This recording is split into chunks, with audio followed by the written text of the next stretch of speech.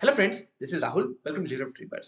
सो friends, आज के video में हम डिस्कस करेंगे बिजनेस इन्वायरमेंट यूनिट का एक important topic, that is theories of international trade. तो इंटरनेशनल ट्रेड की काफी सारी थ्योरीज हैं, जिनमें से हमें काफी बार क्वेश्चन देखने को मिला है। क्वेश्चन जो होते हैं वो जनरली हमारे ऑथर्स के रिगार्डिंग भी थे, मैच ऑफ द फ्लोइंग के क्वेश्चंस भी यहाँ से देखने को मिलते हैं और असर्शन रीजन के क्वेश्चन भी देखने को मिलते हैं। तो ये बिजनेस इन्वायरमेंट यूनिट का सबसे इंपॉर्टेंट टॉपिक हम इसको कह सकते हैं। तो आज हम इन्हीं थ्योरीज के बारे में डिस्कस करेंगे इस वीडियो के अंदर। तो वीडियो को फ्रेंड्स लास्ट तक जरूर देखना, क्योंकि लास्ट में मैंने आपसे कुछ क्वेश्चंस पूछ रखे हैं जिनका आंसर आपने खुद देना है। उसके बेस पे आप एनालाइज कर सकते हो कि आपको ये टॉपिक क्लियर हुआ है या नहीं हुआ। ओके, सो फ्रेंड्स, वीडियो अच्छी लगे तो लाइक जरूर करना है, चैनल को सब्सक्राइब कर लेना अगर आप यूजी कॉमर्स के पेपर 1 की प्रिपरेशन कर रहे हैं तो चलिए स्टार्ट करते हैं। ओके, तो सबसे पहले बात करते हैं, जो इंटरनेशनल ट्रेड थ्योरीज हैं उनको दो कैटेगरी में बांटा हुआ है, डिस्ट्रीब्यूट करा हुआ है। अभी दो कैटेगरी हमारे पास कौन सी है? सबसे पहली कैटेगरी है क्लासिकल कंडीशनिंग थ्योरी। तो जो ट्रेडिशनल थ्योरीज थी, बेसिकली उनको हम ट्रीट करके चलते हैं ये, और कुछ है हमारे पास मॉडर्न थ्योरी जो आज के टाइम में वर्क करती हैं, वो है ये। मैंने इन आठों थ्योरीज के बारे में आप पूरी वीडियो के अंदर डिस्कस कर रखा है, और वो डिटेल में, चाहे उसके एडवांटेजेस हो या डिसएडवांटेजेस हो, सब चीजों को डिस्कस करा हुआ है इस वीडियो के अंदर।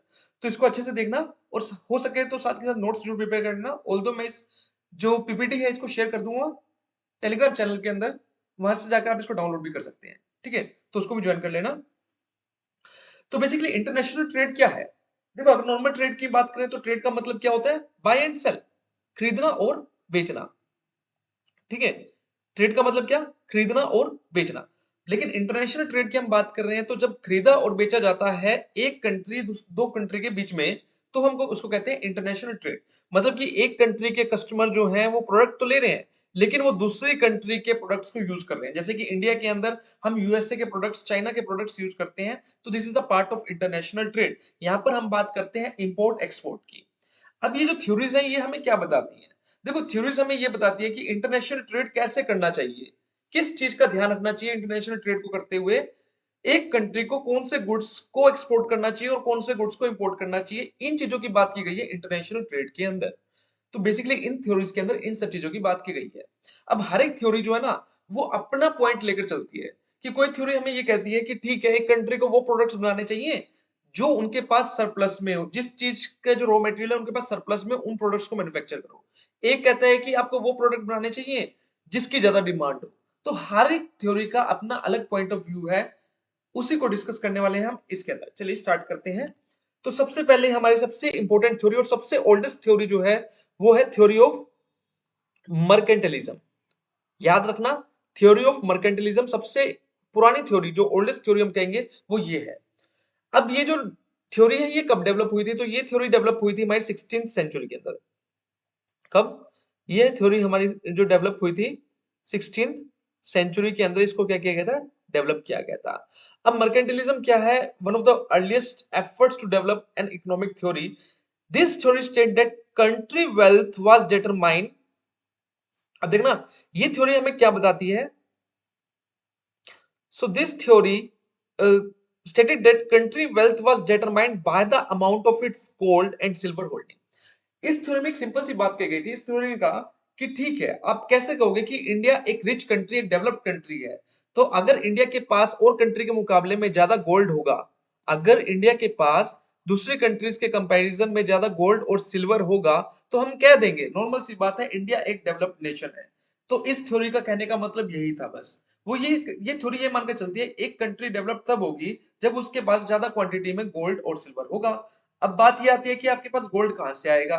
तो मर्केंटलिस्ट ये बिलीव करते हैं कि एक country should increase its holding of gold and silver bye promoting exports. अब नॉर्मल सी बात है, देखो, अगर आज के टाइम में मैं कुछ एक्सपोर्ट करता हूं, ठीक है, मैं इंडिया में रह रहा हूं और कुछ एक्सपोर्ट करता हूं, तो उसके बदले मुझे क्या मिलेगा? उसके बदले में मुझे डॉलर मिलेंगे, फिर मैं डॉलर को एक्सचेंज कराकर उसको रुपीज में कन्वर्ट करा लूंगा।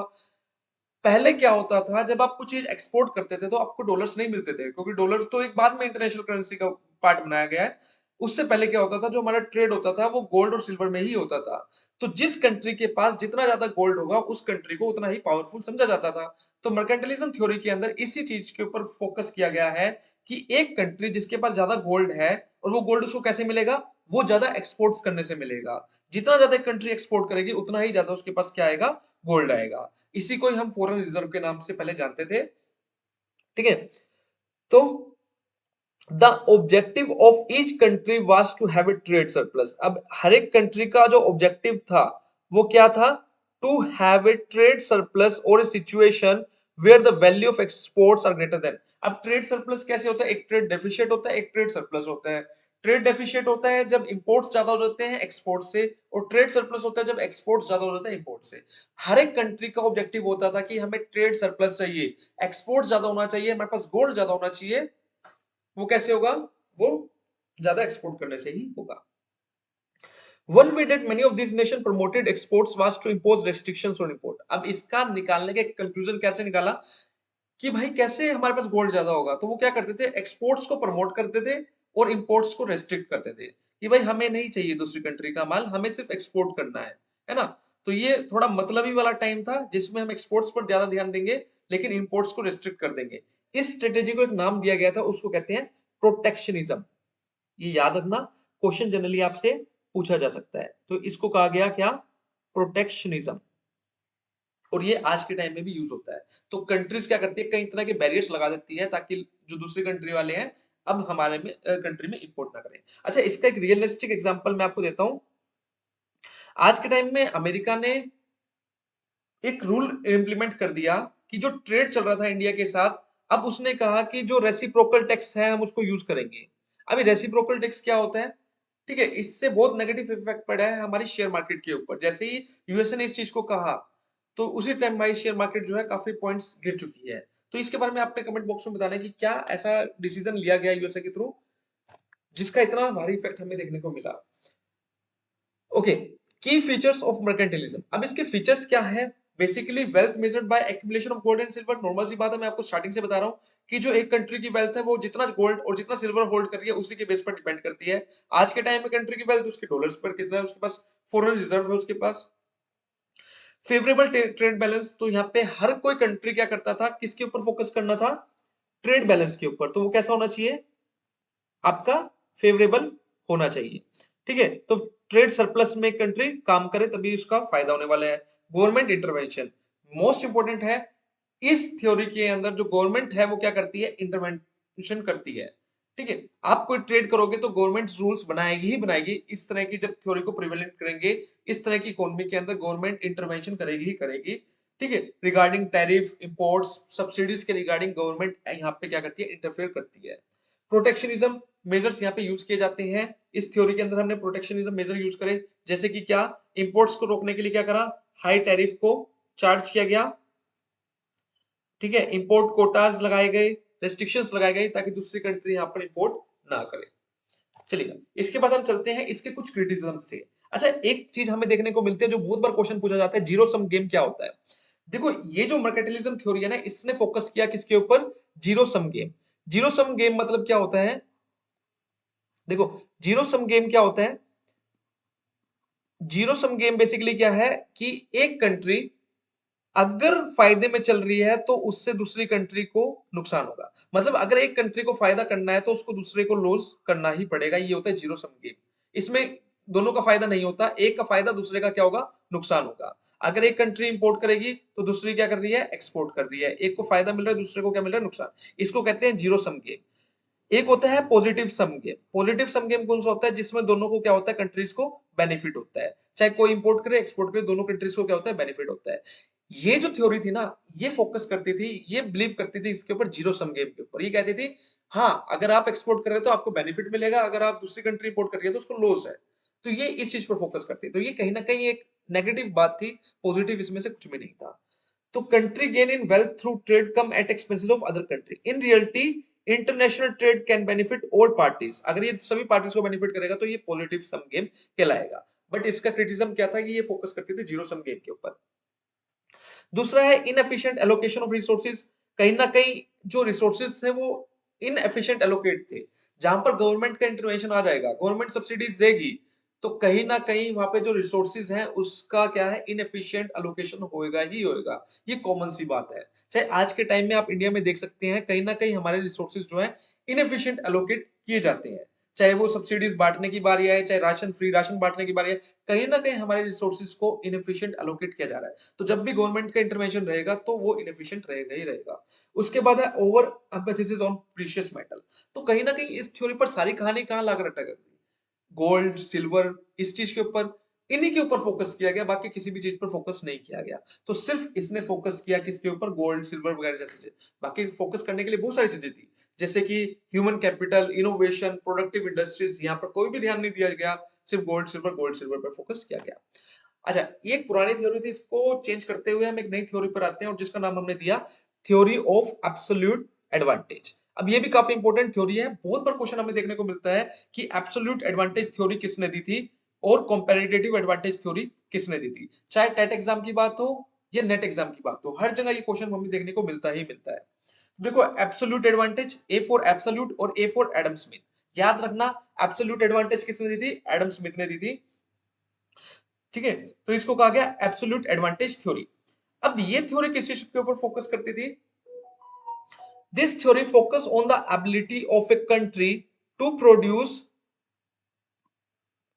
Produce good more efficiently than another nation. अब ये कंट्री फोकस करती थी कि एक कंट्री क्या करे, गुड्स को प्रोड्यूस करती है मोर एफिशिएंट वे में देन अनदर नेशन। जैसे इंडिया है, अगर इंडिया चाइना के कंपैरिजन में ज्यादा एफिशिएंटली वे में गुड्स को प्रोड्यूस कर सकता है, तो इंडिया को क्या करना चाहिए, एक्सपोर्ट करना चाहिए। जो भी कंट्री एफिशिएंटली वे में गुड्स को प्रोड्यूस कर रही है, तो उसको क्या करना चाहिए, एक्सपोर्ट करना चाहिए। अब इधर रीजन क्या दिया गया है, that trade between country should not be regulated and restricted by government. Important point है, ये याद रखना कि यहाँ पर जो है गवर्नमेंट का इंटरफेरेंस नहीं रहता। इस तरह की इकोनॉमी में जहां पे ये थ्योरी फॉलो हो रही है, वहां पर गवर्नमेंट का इंटरवेंशन नहीं है। यहाँ पर जो प्राइसेस होते हैं वो मार्केट फोर्सेस के थ्रू डिटरमाइन किए जाते हैं। मतलब अगर मान लो किसी चीज की डिमांड ज्यादा है, ओवर डिमांड हो रही है, तो उस टाइम प्राइसेस कैसे हो जाएंगे, ज्यादा हो जाएंगे। तो ये नॉर्मल सी बात है। यहाँ पर जो गवर्नमेंट का इंटरवेंशन है, कोई गवर्नमेंट सब्सिडी नहीं दे रही, कोई टैक्स नहीं लगा रही, सीधा मार्केट फोर्सेस यहाँ पर क्या कर रहे हैं, काम कर रहे हैं। अब देखो, एक एग्जांपल के थ्रू आप समझने की कोशिश करना है इस थ्योरी को। तो यहां पर क्या है, in hypothetical way two country, if a country A could produce a good cheaper और फास्टर देन कंट्री बी। अगर कंट्री ए है और हम ए मानते हैं इंडिया को, इंडिया जो है अगर मान लो कोई गुड्स ऐसा है जो सस्ता भी और जल्दी भी प्रोड्यूस कर रही है, मतलब एफिशिएंट वे में प्रोड्यूस कर रही है बी के, तो कंट्री है एज एन एडवांटेज। तो कंट्री ए के पास, मतलब इंडिया के पास क्या है, एडवांटेज है, और वो उस चीज को क्या कर सकती है, एक्सपोर्ट कर सकती है। तो यहाँ पर जो एब्सोल्यूट एडवांटेज है, यहाँ पर कंट्रीज के बीच में कंपैरिजन हो रहा है कि जोन सी कंट्री एफिशिएंट वे में गुड्स को प्रोड्यूस कर रही है, उसके पास कहीं ना कहीं एडवांटेज है और उसको क्या करना चाहिए, एक्सपोर्ट करना चाहिए। यहाँ पर एक कंट्री अपनी स्पेशलाइजेशन का यूज कर रही है। कहते हैं ना कि अगर किसी पर्सन के पास कोई स्पेशलाइजेशन है तो उसको यूज करना चाहिए। तो सेम यहाँ पर अगर किसी कंट्री के पास किसी भी प्रोडक्ट के अंदर स्पेशलाइजेशन है, तो वो उसके ऊपर काम करे और उसी प्रोडक्ट को क्या करे, एक्सपोर्ट करे। अब his theory stated that a nation wealth should not be judged by how much goods and silver, but rather than by the living of standard। तो यहाँ पर जो है ना, पहली वाली थ्योरी को क्रिटिसाइज किया गया। कौन सी थ्योरी थी, मर्केंटाइलिज्म थ्योरी को क्रिटिसाइज किया गया। क्यों, क्योंकि यहाँ पर कहा गया कि एक कंट्री क्या है, बेसिकली एक कंट्री को गोल्ड एंड सिल्वर पर फोकस नहीं करना चाहिए, उसको फोकस करना चाहिए कि अपने देश के जो लोग हैं उनका स्टैंडर्ड ऑफ लिविंग कैसा है, वहां पर फोकस करना चाहिए। क्योंकि जैसे ही हमारे देश के लोगों का स्टैंडर्ड ऑफ लिविंग इंप्रूव होगा, तो कहीं ना कहीं हमारी इकोनॉमी भी क्या करेगी, ग्रो करेगी। तो यहाँ पर फोकस करना चाहिए, ये कहा गया एडम स्मिथ के थ्रू। चलेगा, अब बात करते हैं इसके इम्प्लीकेशंस की, क्या इसके एडवांटेज रहे। तो देखो, इसकी वजह से क्या हुआ, इस थ्योरी के अंदर कहीं ना कहीं ग्लोबल एफिशिएंसी क्या हुई, इंप्रूव हुई। क्योंकि जब बात ही एफिशिएंसी की हुई, तो हर एक कंट्री ने सोचा क्यों ना हमको एक्सपोर्ट करना चाहिए। तो हर एक कंट्री ने एफिशिएंसी पर काम करना शुरू कर दिया। प्रोडक्ट्स को अगर कोई ऑर्गेनाइजेशन दिन में 12 घंटे काम करी थी, उसको 24 घंटे ताकि काम किया, ताकि एफिशिएंसी को इंप्रूव किया जा सके। बेटर प्रोडक्टिविटी और ग्रोथ, इससे क्या हुई, एक कंट्री की ग्रोथ भी और प्रोडक्टिविटी भी क्या हुई, इंप्रूव हुई। तो कहीं ना कहीं ये एक एडवांटेज हमें देखने को मिला किसके अंदर, हाँ जी, कहीं ना कहीं एक एडवांटेज हमें देखने को मिला एब्सोल्यूट एडवांटेज के अंदर। ओके, चलेगा। अब इसके कुछ ना कुछ डिसएडवांटेज भी थे। कॉमन सी बात है, जिसका एडवांटेज होगा उसका कोई ना कोई डिसएडवांटेज भी हमें देखने को मिलेगा। तो पहला डिसएडवांटेज हमें क्या देखने को मिला, तो पहला हमें डिसएडवांटेज यहाँ पे देखने को मिला लिमिटेड स्कोप। अब लिमिटेड स्कोप कैसे है, अब लिमिटेड स्कोप ऐसे है, it doesn't explain trade patterns in case where one country is not better at producing any other goods than another, the theory assumed that a country has not an absolute advantage. अब मान लो देखो हर एक country के पास ऐसा कोई थोड़ी ना होगा कि उसके पास एफिशिएंसी होगी होगी या कोई गुड्स ऐसा होगा जिसमें वो एफिशिएंट होगी। अगर मान लो कुछ कंट्रीज ऐसे भी हैं कि जो नॉर्मल प्रोड्यूस करती हैं, वहां के जो प्रोड्यूसर्स हैं नॉर्मल गुड्स प्रोड्यूस करते हैं लेकिन एफिशिएंट वे में काम नहीं कर पाते, तो इसका मतलब उस कंट्री को कोई भी एक्सपोर्ट करने का अधिकार नहीं है। अगर कोई कंट्री एफिशिएंटली वे में गुड्स को नहीं प्रोड्यूस कर पा रही है तो क्या उसको एक्सपोर्ट करने का कोई अधिकार नहीं है? तो कहीं ना कहीं इस चीज को क्रिटिसाइज किया गया इसके अंदर। इस और दूसरा इसका डिसएडवांटेज था अपॉर्चुनिटी कॉस्ट। कहीं ना कहीं इसने अपॉर्चुनिटी कॉस्ट पर क्या नहीं करा, काम नहीं करा। अब जैसे कि मान लो एक कंट्री है जैसे अमेरिका है, अब अमेरिका के पास 2 से 3 प्रोडक्ट है जिसके अंदर उसके पास एफिशिएंसी है, एफिशिएंट है कि वो उन चीजों को एक्सपोर्ट कर सकता है। लेकिन यहाँ पर उस अब अब वो तीनों की तीनों चीजों को एक्सपोर्ट करे या किसी एक को करे, यहाँ पर हमें देखना चाहिए था कि किसकी अपॉर्चुनिटी कॉस्ट कम है, ये किसकी अपॉर्चुनिटी कॉस्ट ज्यादा है, उसको तो कंपैरिजन करा ही नहीं। तो कहीं ना कहीं अपॉर्चुनिटी कॉस्ट को क्या करा गया, इसमें इग्नोर किया गया। तो ये इसकी क्या रही, डिसएडवांटेज रही।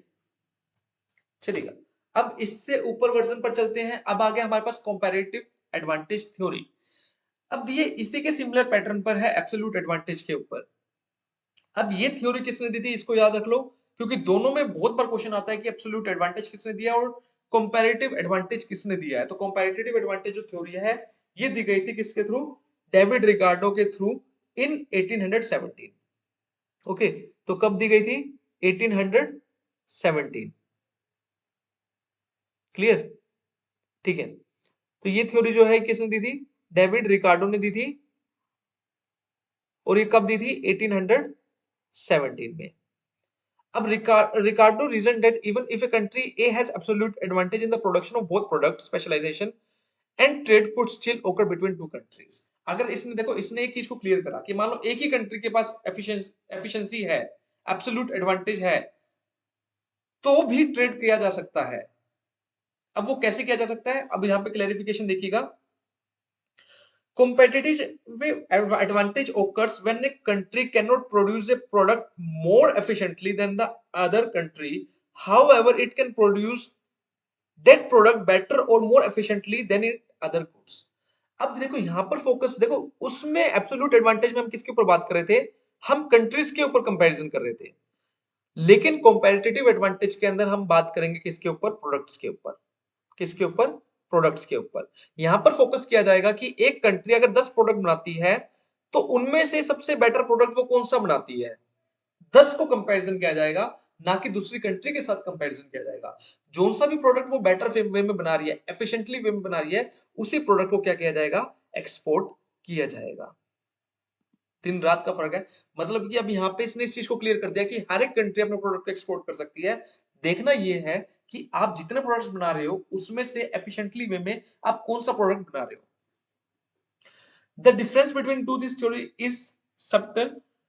Competitive advantage focus on the relative productivity difference. Competitive advantage किसके ऊपर फोकस कर रही है, प्रोडक्टिविटी डिफरेंस के ऊपर फोकस करती है, जबकि एब्सोल्यूट एडवांटेज किसके ऊपर फोकस कर रही है, एब्सोल्यूट प्रोडक्टिविटी के ऊपर फोकस कर रही है। दोनों का ध्यान रखना, असर्शन रीजन में पूछा जा सकता है। अब कैसे क्वेश्चन आएगा, असर्शन में हमें दे दिया competitive advantage focus on productivity difference whereas absolute advantage focus on absolute productivity, is it true or false। तो ये इस तरह का क्वेश्चन आपसे पूछा जा सकता है, ठीक है। तो बस ये फोकस, ये ध्यान रखना, कॉम्पेटिटिव एडवांटेज चाहती है कि हर एक कंट्री क्या करे, एक्सपोर्ट करे। लेकिन कैसे एक्सपोर्ट करेगी कि वो अपने प्रोडक्ट, जितने भी प्रोडक्ट्स वो मैन्युफैक्चर हो रहे हैं उनके जो टॉप क्लासिक प्रोडक्ट्स हैं उनके बीच में कंपैरिजन करेगी एफिशिएंटली वे में कौन सा प्रोडक्ट मैन्युफैक्चर किया जा रहा है, उसी प्रोडक्ट को क्या किया जाएगा, एक्सपोर्ट किया जाएगा। अब इसके अंदर कुछ assumptions लगाई गई थी हमारे कॉम्पिटिटिव एडवांटेज थ्योरी के अंदर। वो assumptions कौन कौन सी हैं, सबसे पहली बात तो अगेन 2 कंट्रीज रहेंगी और 2 ही गुड्स रहेंगे, ठीक है। हर एक कंट्री 2 गुड्स को ही मैन्युफैक्चर कर रही है, सब मान कर चल रहे हैं। उन 2 में से कोई ना कोई जो भी एफिशिएंटली प्रोडक्ट्स है वही क्या करा जाएगा, एक्सपोर्ट किया जाएगा। फैक्टर मोबिलिटी है, मतलब कि फैक्टर्स को एक जगह से दूसरी जगह पर भेजा जा सकता है। नो ट्रांसपोर्टेशन कॉस्ट, किसी भी तरह की ट्रांसपोर्टेशन कॉस्ट नहीं है। ऐसा नहीं है कि आप एक गुड्स को दूसरी जगह जाकर बेच लो, कोई ट्रांसपोर्टेशन कॉस्ट यहाँ पे इन्वॉल्व नहीं है। कांस्टेंट अपॉर्चुनिटी कॉस्ट, और जो अपॉर्चुनिटी कॉस्ट है उसको हम कैसा मानकर चलेंगे, कांस्टेंट मानकर चलेंगे। अच्छा, इसके भी कुछ लिमिटेशन थी जैसे कि एज यूजुअल हर एक थ्योरी की निकल कर आई है। तो पहली क्या है, assumption of opportunity cost, constant opportunity cost. Opportunity cost कभी भी कांस्टेंट नहीं रहती, ये बात कॉमन सी है, ठीक है। opportunity cost may change as production increases even if a country shifts resources to specialize in one good। जैसे ही हमारी प्रोडक्शन इंक्रीज होती है तो अपॉर्चुनिटी कॉस्ट भी क्या होती रहती है, चेंज होती रहती है। ट्रांसपोर्टेशन कॉस्ट का कोई कंसिडरेशन नहीं है, लेकिन जब भी रॉ मटेरियल को इधर से उधर शिफ्ट करोगे, क्या ट्रांसपोर्टेशन कॉस्ट नहीं आएगी? बिल्कुल आएगी। तो ये इसकी क्या रही, लिमिटेशन रही। Overlooks factor like technology and capital, इसने क्या नहीं करा, टेक्नोलॉजी एडवांसमेंट इनोवेशन पर तो बात करी ही नहीं, इसने भी इसी चीज को क्या कर दिया, इग्नोर कर दिया as mercantilism theory. Political and social factors, this theory assume country will trade freely. अब इसने माना कि कंट्री फ्रीली ट्रेड कर रही है, लेकिन कभी भी ऐसा नहीं होता, हमेशा गवर्नमेंट का इंटरवेंशन होता है इकोनॉमी के अंदर, चाहे कितने भी रूल्स रेगुलेशन फ्री कर दिया जाए। लेकिन इसने तो बिल्कुल ही इग्नोर कर दिया, तो कहीं ना कहीं ऐसा भी नहीं होता है। चलिए इसके बाद एक थ्योरी पर चलते हैं। अब वो हमारे पास कौन सी थ्योरी है, हेक्चर-ओहलिन थ्योरी, फैक्टर प्रोपोर्शन थ्योरी। अब ये थ्योरी जो है क्रिटिसाइज करती है स्मिथ और रिकार्डो, एडम स्मिथ और रिकार्डो दोनों की थ्योरी को क्रिटिसाइज करते हुए आगे बढ़ जाती है। अब इसने क्या कहा, इसने कहा कि भाई देखो, रिकार्डो और स्मिथ भाई साहब ने थ्योरी दे तो दी है, but it did not help countries determining which product would give a country an advantage. भाई आप एक घंटे से बोल रहे हो कि इसके अंदर, जिसके अंदर भी आपके एडवांटेज हो आप उसको एक्सपोर्ट करो। अरे लेकिन पता कैसे लगेगा कौन से प्रोडक्ट के अंदर हमारी एडवांटेज है? तो इसने इस चीज को क्या करा, क्रिटिसाइज करा। अब ये थ्योरी दी किसने थी, ये थ्योरी दो ऑथर ने दी है, इसका नाम एक है एली हेक्चर एंड बर्टलिन ओहलिन। इन दो ऑथर्स ने क्या दिया है जी, इन दो ऑथर्स ने क्या दिया है, इस थ्योरी को दिया है। तो focus their attention on how a country could gain comparative advantage by producing products that utilize factors that were in abundance in the country। अब इस थ्योरी के अंदर किस चीज के ऊपर बात की गई, अब इसको ध्यान से समझना। ये थ्योरी कहती है कि एक कंट्री को उन गुड्स को एक्सपोर्ट करना चाहिए जिस गुड्स को बनाने में ऐसे फैक्टर्स का यूज हो जो उस कंट्री के पास सरप्लस में हो। बस इसने इस बात को ध्यान में रखा। अब जैसे कि एग्जांपल के थ्रू समझना, इंडिया है, इंडिया के पास लेबर बहुत सारी है, क्योंकि बेरोजगारी ज्यादा है तो लेबर एरिया हमारे पास ज्यादा है, कॉमन सी बात है। अमेरिका है, अमेरिका के पास कैपिटल प्रोडक्ट्स मशीनरीज ज्यादा है, लेबर कम है, लेबर महंगी है वहां पर, इंडिया में लेबर सस्ती है। तो इंडिया को ऐसे प्रोडक्ट्स एक्सपोर्ट करने चाहिए जिसमें लेबर का ज्यादा यूज हो, कॉमन सी बात है, क्योंकि हमारे पास लेबर जो रिसोर्स है वो कैसा है, ज्यादा है। तो इसी के ऊपर फोकस किया गया इस थ्योरी के अंदर। यहां पर कहा गया कि भाई उन प्रोडक्ट्स को एक्सपोर्ट करिए जिसमें आपके पास जो रिसोर्सेज हैं वो अबंडेंस इन नेचर है, वो रिसोर्सेज अच्छी मात्रा में आपके पास अवेलेबल है, तो आप उन्हीं रिसोर्सेज का यूज करके ऐसे प्रोडक्ट्स बनाइए जिसको आप एक्सपोर्ट कर सकते हैं। तो this theory is based on country production factors. अब ये थ्योरी किसके ऊपर बेस्ड है, ये हमारी बेस्ड है किसके ऊपर, किसके ऊपर बेस्ड है, कंट्रीज के प्रोडक्शन फैक्टर्स के ऊपर ये क्या है, हमारे पास बेस्ड है। अब प्रोडक्शन फैक्टर्स कौन कौन से हैं हमारे पास, लैंड हो गया, लेबर हो गया,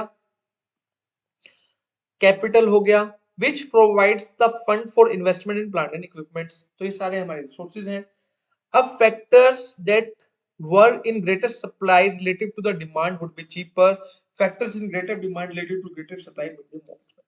तो कॉमन सी बात है, जिस फैक्टर्स की सप्लाई ज्यादा है डिमांड कम है वही सस्ते आपको देखने को मिलेंगे।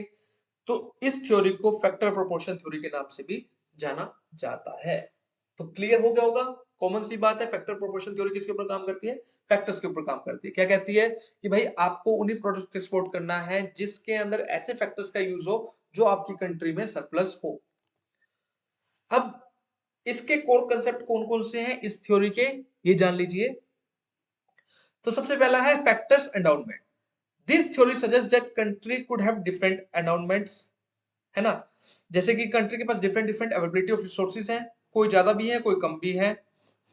जैसे कि अमेरिका के पास कैपिटल अमेंडमेंट्स है और इंडिया के पास लेबर अमेंडमेंट कंट्री है, कॉमन सी बात है। सेकंड है factor proportions. So this theory poses that production of different goods require different proportion of labor। Common सी बात है, हर एक गुड्स के लिए डिफरेंट डिफरेंट फैक्टर्स का प्रोपोर्शन चाहिए, किसी में लेबर ज्यादा लगेगी, किसी में मशीनरीज की रिक्वायरमेंट ज्यादा पड़ेगी। ट्रेड बेस्ड ऑन फैक्टर एंडाउनमेंट्स, और जो ट्रेड है वो हमारे फैक्टर एंडाउनमेंट्स के ऊपर ही बेस्ड होगा। एक कंट्री उन्हीं चीज को एक्सपोर्ट करेगी जिस चीज की उसके अंदर अवेबिलिटी है, उस फैक्टर्स की अवेबिलिटी है उस चीज को बनाने में। ओके, जैसे इंडिया है, इंडिया उन्हीं प्रोडक्ट्स को एक्सपोर्ट ज्यादा करेगा जिसमें लेबर का यूज ज्यादा होगा। अब इसका कुछ क्रिटिज्म था, एक क्रिटिज्म सबसे इंपॉर्टेंट है और वो है लियोन्टिफ प्रोडक्ट पैराडॉक्स। ये काफी इंपॉर्टेंट है, इसको याद रखना फ्रेंड्स। लियोन्टिफ पैराडॉक्स काफी इंपॉर्टेंट एक कंसेप्ट है जो जनरली वैसे नॉर्मल भी आस्क कर लिया जाता है। कई बार इंटरव्यू में अगर आप जाओगे कोई भी एग्जाम में, मान लो सब्जेक्टिव एग्जाम, जैसे कि हरियाणा के एक बार इंटरव्यू में आस्क किया गया था, क्वेश्चन था लियोन्टिफ पैराडॉक्स क्या होता है। तो बेसिकली पैराडॉक्स एक वेंसले लियोन्टिफ थे, उन्होंने दिया था। अब इसमें ऐसा कहा गया था, देखो ये पैराडॉक्स जो है क्रिटिसाइज करता है किसको, हेक्चर ओलिन थ्योरी को। अब ऐसा क्यों, क्योंकि ऐसा देखा गया, यूएस, देखो यूएसए एक ऐसी कंट्री है जिसके पास कैपिटल इंटेंसिव प्रोडक्ट्स ज्यादा है, मशीनरी ज्यादा है, लेबर वहां पे महंगी है, मशीनरी सस्ती है। लेकिन फिर भी ऐसा मान देखा गया कि जो यूएसए है, इतना कुछ होने के बावजूद भी लेबर इंटेंसिव गुड्स को ही क्या कर रहा है, एक्सपोर्ट कर रहा है। क्या कर रहा है, लेबर इंटेंसिव गुड्स को एक्सपोर्ट कर रहा है और इंपोर्ट कर रहा है क्या चीज, कैपिटल इंटेंसिव गुड्स को क्या कर रहा है, एक्सपोर्ट कर रहा है। तो ये ना कहीं आपको एक लिमिटेशन नहीं देखने को मिली कि हेक्चर ओलिन थ्योरी तो ऐसा कह रही है कि भाई आपको उन्हीं चीज को एक्सपोर्ट करना है जिसमें जोन से फैक्टर्स आपके पास क्या हो, एबंडेंस इन नेचर हो। यूएसए के पास सीधी सी बात है, capital products abundance in nature होते हैं। उसको करना क्या चाहिए, उसको कैपिटल इंटेंसिव प्रोडक्ट्स एक्सपोर्ट करना चाहिए, बट हो क्या रहा है, वो उल्टा रहा है। तो इसी ने क्या कर दिया, इसको क्रिटिसाइज कर दिया और इसका नाम दिया गया लियोन्टिफ पैराडॉक्स। इसके बाद है simplification. This model assume only two factors. अब यहां पर जो कहानी आई वो सिर्फ दो फैक्टर्स के ऊपर ही आई। कौन से दो फैक्टर्स, लेबर और कैपिटल के ऊपर। क्यों भाई, बाकी सारे फैक्टर्स कहां गए। एक प्रोडक्ट को बनाने में काफी सारे फैक्टर्स लगते हैं, लेकिन आप सिर्फ दो फैक्टर्स की बात कर रहे हो, उसी के बेस पर सब कुछ डिटरमाइन कर रहे हो, तो कहीं ना कहीं ये भी एक वीकनेस देखने को मिली। तीसरा है factor mobility across countries. So this theory assume that factor of production doesn't move. अब ये मानकर चलती है कि factor of production doesn't move, लेकिन हो क्या रहा है रियलिटी में, रियलिटी में ये हो रहा है कि फैक्टर ऑफ प्रोपोर्शन जो है, फैक्टर्स जो है वो मूव कर रहे हैं एक कंट्री से दूसरे कंट्री में। जैसे कि आज के टाइम में इंडिया में काफी लोग डंकी रूट से अमेरिका जा रहे हैं। अब जो जा रहे हैं वो वहां जाके क्या काम करेंगे, नॉर्मल सी बात है, लेबर का काम ही करेंगे। तो यहाँ की लेबर वहां जा रही है, तो दैट दिस मीन्स कि फैक्टर ऑफ प्रोपोर्शन जो है एक जगह से दूसरी जगह पर जा रहे हैं, वो उनमें मोबिलिटी है। बट यहाँ पर माना गया कि उनमें मोबिलिटी नहीं होती है। ट्रांसपोर्टेशन कॉस्ट एंड टैरिफ, तो इसने भी कहा कि नो ट्रांसपोर्टेशन कॉस्ट। भाई अभी तक जितने भी थ्योरी आई है सब मानकर चल रही है कि कोई भी ट्रांसपोर्टेशन कॉस्ट इन्वॉल्व नहीं होगी, लेकिन इन रियलिटी ट्रांसपोर्टेशन कॉस्ट होती है।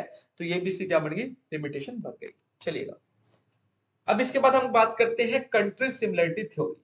अब ये इसका और अपग्रेडेड वर्जन आता है, कंट्री सिमिलरिटी थ्योरी। अब ये थ्योरी किसने दी थी, ये दी थी स्टेफन लिंडन ने। हर एक का उत्तर याद रखना फ्रेंड्स, उत्तर काफी इंपॉर्टेंट रहते हैं और बहुत बार पूछे जाते हैं। तो ये थ्योरी किसने दी थी, स्टेफन लिंडन ने दी थी।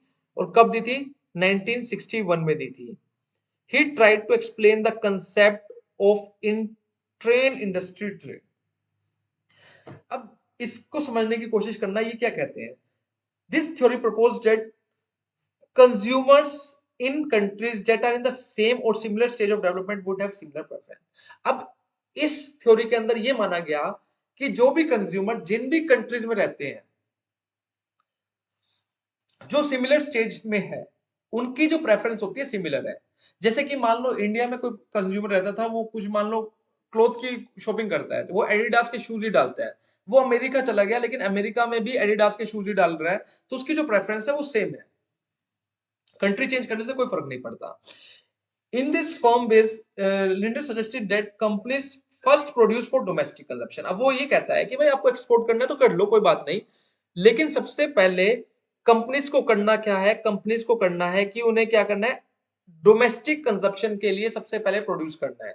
जैसे कि इंडिया है, इंडिया को सबसे पहले क्या करना है, अपने ही देश के लोगों के बारे में सोचना है, डोमेस्टिक कंजप्शन के बारे में सोचना है। और जब बात आती है एक्सपोर्टिंग की, when they explore exporting, the company often find that markets that look similar to their domestic one in terms of customer preference offer the most potential for success। और जब वो बात आती है एक्सपोर्टिंग की, तो उनको उन कंट्रीज को सिलेक्ट करना एक्सपोर्ट करने के लिए जहां पर कस्टमर सेम प्रोडक्ट को क्या करता है, यूज करता है जो उन्होंने डोमेस्टिक के लिए बनाया है।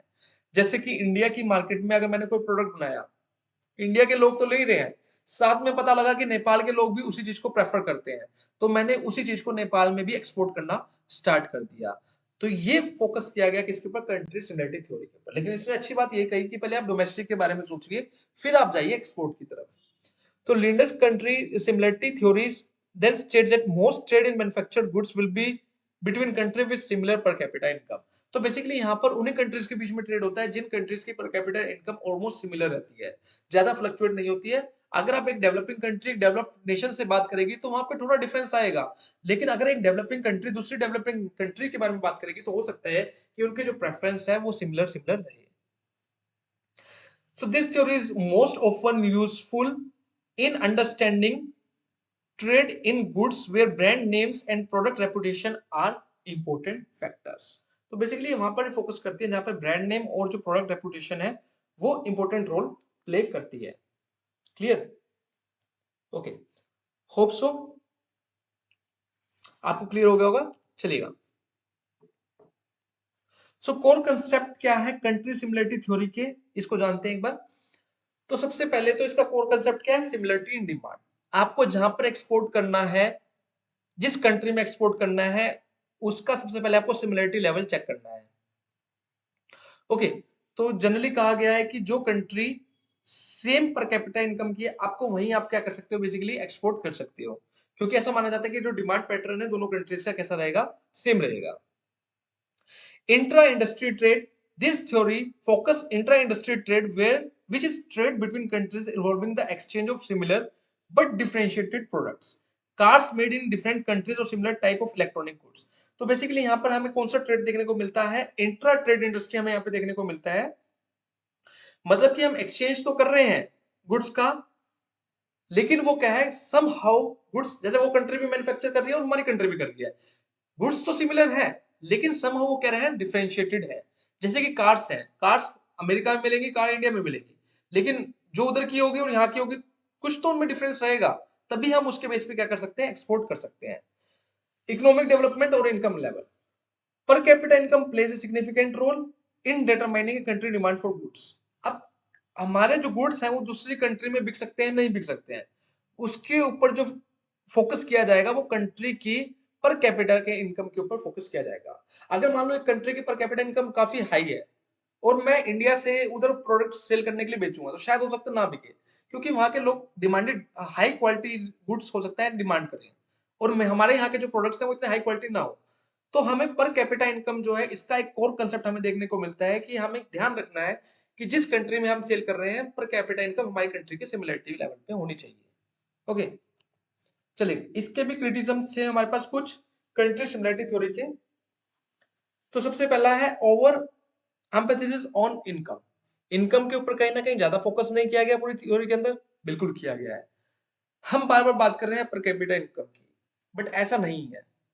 क्या आज के टाइम में इंडिया के प्रोडक्ट्स जो अमेरिका में नहीं सेल हो रहे हैं, लेकिन पर कैपिटा इनकम अमेरिका की और इंडिया की देखेंगे तो बहुत डिफरेंस है।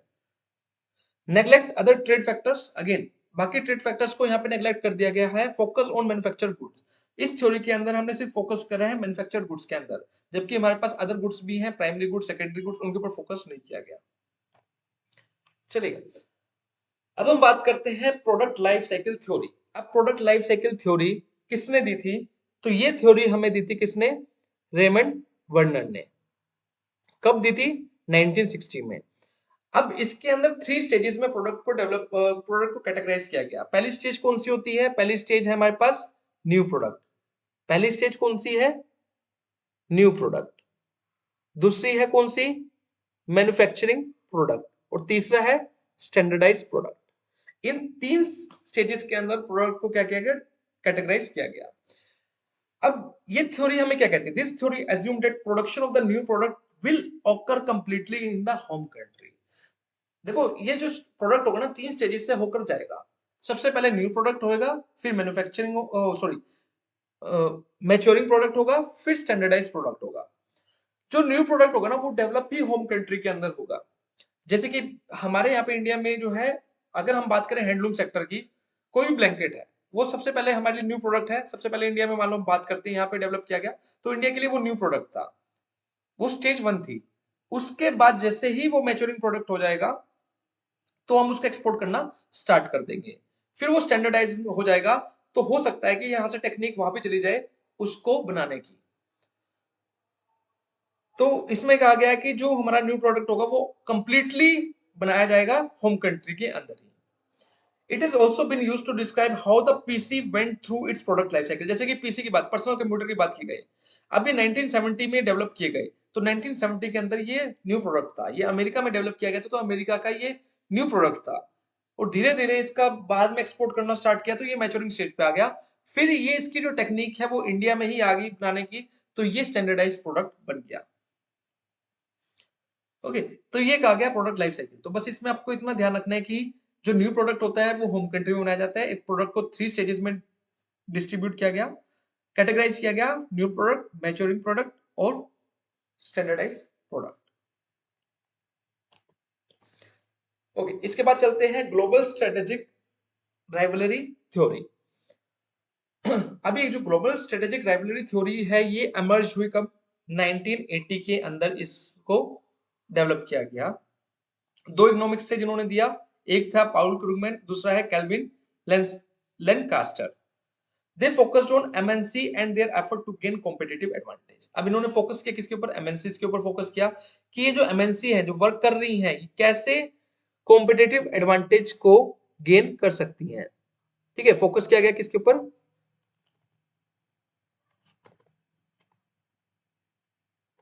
हाँ जी, तो फोकस किया गया किसके ऊपर, एमएससी के ऊपर। तो firm will encounter global competition in their industry and in order to prosper they must develop competitive advantage.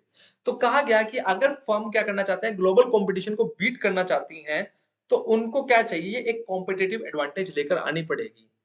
अगर आप दूसरी कंट्री में अपने गुड्स को बेचना चाह रहे हो तो आपके पास कुछ ना कुछ कॉम्पिटिटिव एडवांटेज तो होना चाहिए। अब इस कॉम्पिटिटिव एडवांटेज की बात की गई ग्लोबल स्ट्रेटेजिक राइवलरी थ्योरी के अंदर। अब कॉम्पिटिटिव एडवांटेज कैसे आएगा, तो इसके लिए उन्होंने कहा कि firm can obtain competitive advantage are called barriers. तो नॉर्मल सी बात है, उस कॉम्पिटिटिव एडवांटेज को कहा कि वो बैरियर्स का रूप दिया कि आप कैसे दूसरों के कंपैरिजन में कॉम्पीट कर सकते हो, तो उनके लिए वो बैरियर खड़ा कर देंगे। जैसे कि मान लो कोका कोला कंपनी है, आज के टाइम में पूरे देश में, पूरी दुनिया में राज कर रही है, तो उसके पास कोई कॉम्पिटिटिव एडवांटेज है, बिल्कुल है। उसका अपना केमिकल फॉर्मूला ऐसा है जो लोगों को काफी टेस्टी लगता है, तो उसके पास ये कॉम्पिटिटिव एडवांटेज है, लेकिन दूसरी कंपनीज के लिए वो एक बैरियर है कहीं ना कहीं। तो यहाँ पर जो बैरियर है उनके लिए एक लिस्ट दी गई है कि कौन कौन से बैरियर्स का यूज कर एक कंपनी कॉम्पिटिटिव एडवांटेज को गेन कर सकती है। तो जैसे कि रिसर्च एंड डेवलपमेंट है, ownership of intellectual property, IPR अगर आप कर लेंगे, आप पेटेंट करवा लेंगे तो कोई और यूज नहीं कर सकता। इकोनॉमिक्स ऑफ स्केल, आप ज्यादा कैपिटल लगाइए, ज्यादा लंबे स्केल पर काम करिए, कॉस्ट को कम आएगी, तो वो आपके लिए कॉम्पिटिटिव एडवांटेज बन जाएगा। यूनिकनेस होगी, द कंट्रोल ऑफ रिसोर्सेज, जितना रिसोर्स को आप कंट्रोल कर पाओगे उतनी ज्यादा आपकी मोनोपोली होगी, तो ये कहीं ना कहीं सामने वाले के लिए बैरियर बन जाएगा। तो इस चीज पर फोकस करके आप कॉम्पिटिटिव एडवांटेज को गेन कर सकते हो। ओके, नेक्स्ट है हमारे पास theory, Porter's national competitive advantage theory. ये भी काफी इंपॉर्टेंट है। अगर हम बात करें Porter's advantage national competitive advantage theory किसने दी थी, तो ये माइकल पोर्टर ने दी थी। काफी इनका नाम चलता है माइकल पोर्टर का। तो कब दी थी, 1990 में इन्होंने इस थ्योरी को दिया था। अब Porter theory stated that national competitiveness in industry depend on the capacity of the industry to innovate and upgrade. तो काफी ढंग की बात अब कही गई है इस थ्योरी के अंदर। इन्होंने कहा कि नेशनल अगर आप कॉम्पिटिटिवनेस लाने चाहिए, वो डिपेंड करता है किसके ऊपर, इनोवेशन के ऊपर और अपग्रेडेशन के ऊपर। कितना आप अपने प्रोडक्ट को इनोवेटिव वे में लेकर आ रहे हैं और कितना आप अपने आप को टाइमली अपग्रेड कर रहे हैं, इसके ऊपर डिपेंड करता है। इसी चीज को ध्यान में रखते हुए इन्होंने क्या करा, 4 डिटरमिनेंट्स बताए जिसका ध्यान रखना है आपको कॉम्पिटिटिवनेस को गेन करने के लिए। ठीक है, तो वो 4 चीजें कौन सी हैं, local market resources and capabilities, local market demand conditions, local supplies and local firm characteristics. तो फ्रेंड्स ये जो चार हमारे डिटरमिनेंट्स है, ये इंपॉर्टेंट है। कई बार क्वेश्चन इसमें से भी आस्क किया गया है कि which one of the following is not the determinant under the porters national competitive advantage theory. तो ये 4 डिटरमिनेंट्स याद रखना, local market resources, local market demand conditions, local suppliers and local firm characteristics. चलिएगा friends, काफी long lecture हो गया। अब आपको बताना है कि कितना आपने अंडरस्टैंड किया। ये क्वेश्चंस कुछ प्रीवियस ईयर से मैंने आपसे आस्क किए हुए हैं, तो इसका आंसर आपको कमेंट बॉक्स में देना है। तो पहला क्वेश्चन है, which theory emphasizes that a country should specialize in producing goods that it can produce with the least cost relative to other countries? A, competitive advantage theory. B, absolute advantage theory. C, Hector-Ohlin theory. D, product life cycle theory. Second question है, according to David Ricardo, competitive advantage theory, a country should specialize in the production of goods in which it has an absolute advantage, it has a lower opportunity cost, it has a higher technology efficiency, it has the largest capital endowment. Third है, which theory assume that trade will occur between countries with different factor endowments such as capital, land, labor? A, Hector-Ohlin theory. B, product life cycle theory. C, absolute advantage. D, country similarity. Fourth है, the Hector-Ohlin theory of international trade is based on the premise that a country should export goods that are produced more efficiently. B, the volume of trade depends on international difference in the availability of capital and labor. C, the cost of production determines trade flow. D, products move from one country to another based on technological superiority. Question fifth है हमारे पास, according to the product life cycle theory, during which stage does a production begins to move to low cost countries? A, introduction stage. B, growth stage. C, maturity stage. D, decline stage. So thank you friends for watching. Hope so आज का जो topic आपको clear हो गया होगा। कहीं भी doubt है, कहीं भी आपको लग रहा है कि यहाँ पर और ज्यादा इंप्रूवमेंट होनी चाहिए थी, तो आप प्लीज कमेंट करके जरूर बताना। सारी मेहनत आपके लिए करी जा रही है। ओके, तो आपका भी कुछ फर्ज बनता है कि थोड़ा मोटिवेशन आप भी दें। वीडियो अच्छी लगे तो लाइक जरूर करें, चैनल को सब्सक्राइब कर लें अगर नेट कॉमर्स की प्रिपरेशन कर रहे हैं।